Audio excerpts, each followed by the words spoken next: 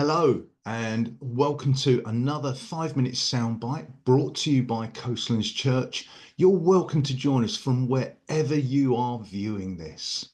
Now, today, there are times when God will bring a word to us of things that He wants to do in our lives. It may be a prophecy, it may be a revelation, it may be something that God shows us through His word. But at times, those promises of God can take a while to come to their fullness. But the question is this: do we stay true to his promises, to the word that's been delivered to us, or do we start to question them with the passage of time?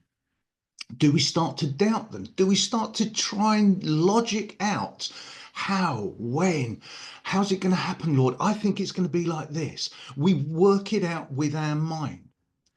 Do we even start to complain, God, why haven't you done this yet? Why am I still waiting? Have I heard it wrong? We use our carnal mind. Sorry.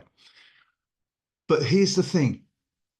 If God said it will happen, it will happen unless we prevent it by our stance or our attitude. And sometimes it's a point of God needs to align us for that promise to come to its fullness.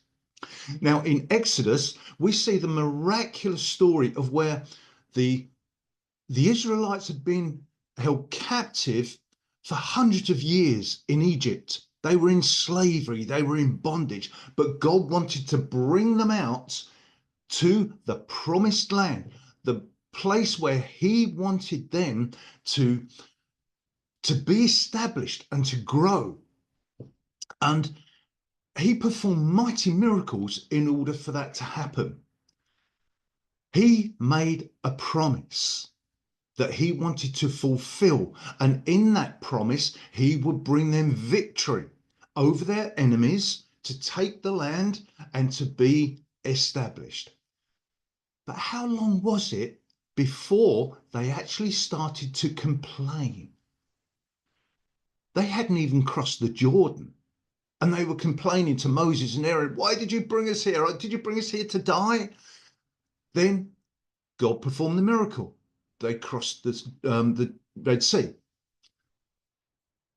Day 3, they were complaining, the lack of water. Then later on, a few days later, the lack of food. They had lost sight of God's promise. God said he will do. They could only see this far in front of them. So God's promises were still there. They hadn't changed. They would still come to be if they would trust in him. So consequently, what should have been 11-day journey took 40 years, because God, they had to come to some form of alignment and trust in God. But it was a tough journey. So if you are waiting for prophecies to be fulfilled, for there to be breakthrough in your situation, for healing, God's word is still there. His promise doesn't change. There's about 100 verses in God's word about his faithfulness. Come on. It's just a continual thing. God is faithful. He will do what he has said to do. And it's such a great thing when we take hold of his promises. Lord, you have given me this word. I will declare. I will declare that it is coming. It is come. I will thank you. I will stand in faith. I will proclaim that what you have promised will be. I may not see it yet, but I see it now. Come on, let's make those declarations.